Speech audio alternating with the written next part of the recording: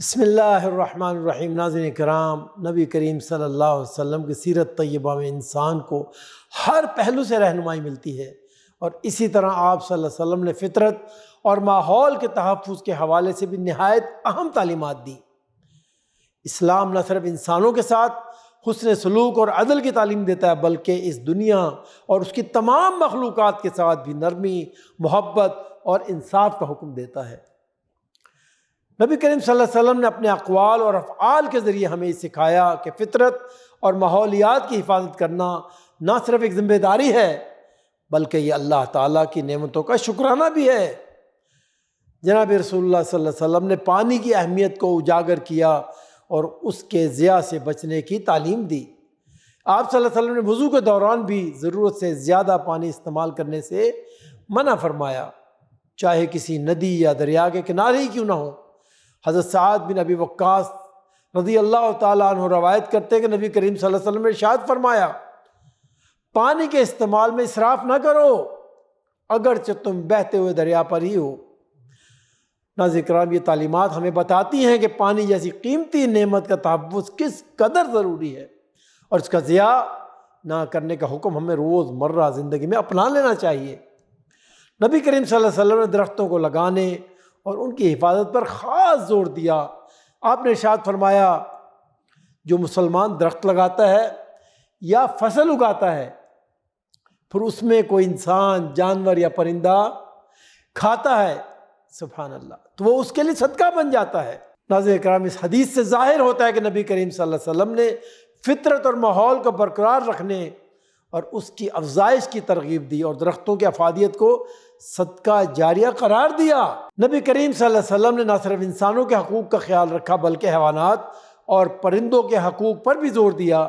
آپ صلی اللہ علیہ وسلم نے ظلم سے جانوروں کو مارنے، انہیں باندھ کر یہ بھوکا پیاسا رکھنے سے بھی منع فرمایا۔ ایک مرتبہ نبی کریم صلی اللہ علیہ وسلم نے ایک صحابی کو دیکھا کہ وہ اونٹ پر بھاری بوجھ لاد رہا تھا اور جانور تھکا ہوا تھا۔ آپ صلی اللہ علیہ وسلم نے ارشاد فرمایا، جانوروں کے ساتھ رحم کرو اور ان پر ظلم نہ کرو۔ ناظرین کرام، یہ تعلیمات اس بات کی غماز ہیں کہ جناب رسول اللہ صلی اللہ علیہ وسلم نے ماحولیات اور جانوروں کی فلاح و بہبود کو بھی بہت زیادہ اہمیت دی، اور ان کے ساتھ حسن سلوک کو انسانیت کا ایک اہم حصہ قرار دیا۔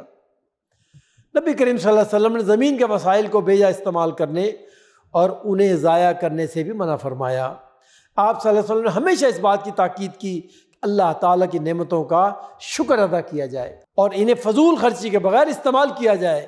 آپ صلی اللہ علیہ وسلم نے اعتدال کا حکم دیا تاکہ زمین اور فطرت کا توازن برقرار رہے اور انسانیت ان سے بھرپور فائدہ اٹھا سکے۔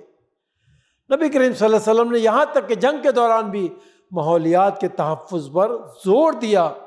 آپ صلی اللہ علیہ وسلم نے جنگی اصولوں میں یہ حکم دیا کہ فصلوں اور درختوں کو نقصان نہ پہنچایا جائے، جانوروں کو بھیجا نہ مارا جائے، اور صرف ضرورت کے وقت ہی انہیں استعمال کیا جائے۔ ناظرین کرام، نبی کریم صلی اللہ علیہ وسلم کی سیرت میں فطرت کی نعمتوں کا شکرانہ اور ان کا صحیح استعمال ایک اہم درس ہے۔ آپ صلی اللہ علیہ وسلم نے اللہ کی نعمتوں کا احترام اور شکر ادا کرنے کی تعلیم دی، اور یہ سکھایا کہ ہمیں اللہ کی مخلوقات کا خیال رکھنا چاہیے، چاہے وہ درخت ہوں، پانی ہو یا جانور ہوں۔ ناظرین کرام، آج کے دور میں جب ماحولیاتی بحران دنیا کو لاحق ہیں، ہمیں رسول اللہ صلی اللہ علیہ وسلم کی تعلیمات کی روشنی میں فطرت کی حفاظت کرنے اور اس کے وسائل کو ذمہ داری سے استعمال کرنے کی بہت زیادہ ضرورت ہے۔ اللہ تعالیٰ ہمیں نبی کریم صلی اللہ علیہ وسلم کی سیرت سے سبق حاصل کرنے اور فطرت اور ماحولیات کے تحفظ کی تعلیمات پر عمل کرنے کی توفیق عطا فرمائے۔